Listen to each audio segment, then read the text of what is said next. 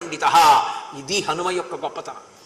అందుకే కిష్కింధకాండలో ఉన్నటువంటి హనుమ యొక్క వైభవాన్ని విన్నంత మాత్రం చేత హనుమ యొక్క అనుగ్రహం కలుగుతుంది. ఇందులో ఆయన ఓ మాట అంటున్నారు, గతిర్వేగశ్చ తేజశ్చ లఘవంచ మహాకపే. నీకు విశేషమైనటువంటి వేగం ఉంది, గొప్ప గతి తెలుసున్నటువంటి వాడివి. లాఘవంచ మహాకపే, దూకడం కూడా తెలుసున్నటువంటి వాడివి. పితుస్తే సదృశం వీర మారుతస్య మహౌజస.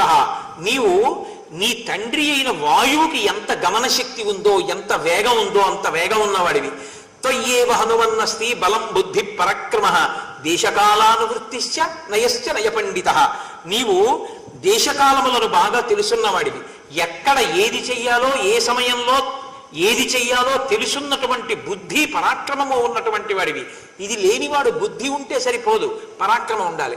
పరాక్రమం ఉంటే